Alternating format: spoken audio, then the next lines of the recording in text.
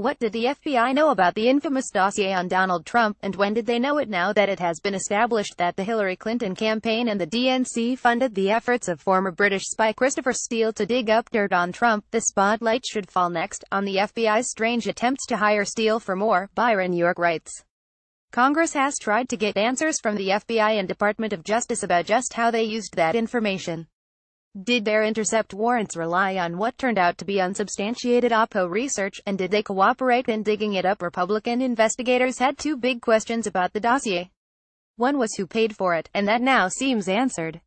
The other was, did the FBI or other agencies use any information from the dossier as a basis for warrant requests before the Foreign Intelligence Surveillance Court? In other words, did, say, the FBI use the dossier's salacious and unverified information to make the case that the Bureau should be granted the authority to conduct intercepts? Nunes, as well as Grassley and Senate Judiciary Committee colleague Lindsey Graham, RSC, have been pushing for months for the FBI to answer that question. So far, they've gotten nothing. But the importance of the Democrats' involvement in the dossier is that it could be one step on the road to a bigger story.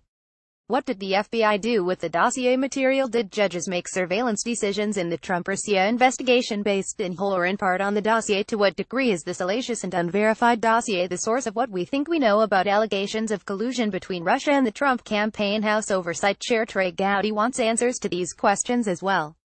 Gowdy tells Fox News that he's much more interested in who relied on a document that looks like the National Enquirer prepared it. To Gowdy, it is relevant who paid for the dossier. It is much more relevant who relied upon it.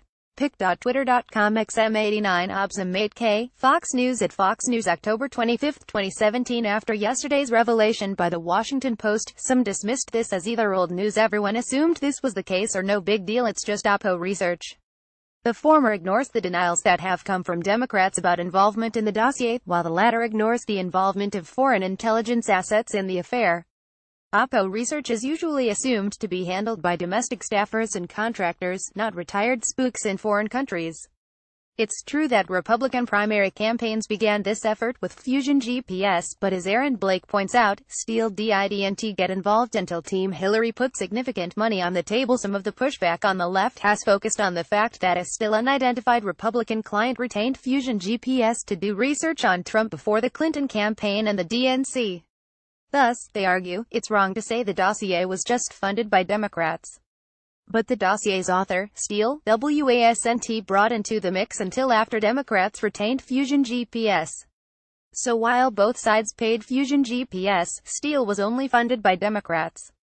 He also reminds readers that Fusion GPS has its own ties to Putin regime, something that may play hob with Democrats' attempts to stoke hysteria over Russian influence. The firm that the Clinton camp and the DNC paid also has alleged ties to the Kremlin. In Senate testimony in July, Hermitage Capital Management Chief Executive William Browder accused Fusion GPS and its head, Glenn Simpson, of running a smear campaign against Sergei Magnitsky, a Russian whistleblower who in 2009 was tortured and killed in a Russian prison after uncovering a $230 million tax theft. Magnitsky worked for Browder, and he is the namesake of a law containing sanctions that was passed by Congress and is a sore spot between the U.S. government and Russian President Vladimir Putin. Browder said the smear campaign were run by Fusion GPS with Russian lawyer Natalia Veselnitskaya and Russian-American lobbyist Rinat Akhmetshin. You might remember them from the meeting with Donald Trump Jr. that took place in June 2016. Veselnitskaya was the Russian lawyer with alleged Kremlin ties who arranged the meeting. That meeting took place in about the same time frame as Fusion GPS efforts to put together the dossier, and long after they had begun Oppo research on Trump. That raises some questions about just what Veselnitskaya and Akhmetshin's motives were in seeking the meeting, although it doesn't do a thing to mitigate the stupidity of Trump Jr., Jared Kushner, and Paul Manafort in agreeing to it. Was the meeting an attempt by Fusion GPS to entrap high-ranking Trump campaign officials? That might put the whole collusion argument in an entirely different direction. The FBI and DOJ aren't the only people on the hot seat, and the heat's not just coming from Congress. Journalists who relied on sources within the Hillary campaign and DNC to report denials of having anything to do with the dossier lashed out on social media in the wake of the Washington Post report. The New York Times' Maggie Haberman took special aim at their sanctimony when the Post story broke Tuesday night. Some journalists noted that Democrats involved in the story had been lying about their role. When I tried to report this story, Clinton campaign lawyer Mark Elias pushed back vigorously, saying your sources are wrong, tweeted the New York Times' Ken Vogel. Folks involved in funding this lied about it, and with sanctimony, for a year, added the Times' Maggie Haberman. Well, yeah, but then again, who's surprised? Hillary Clinton and her campaign repeatedly combined false denials with sanctimony from March 2015 forward, even when the truth would have better suited them. Hopefully, journalists will learn a lesson from this.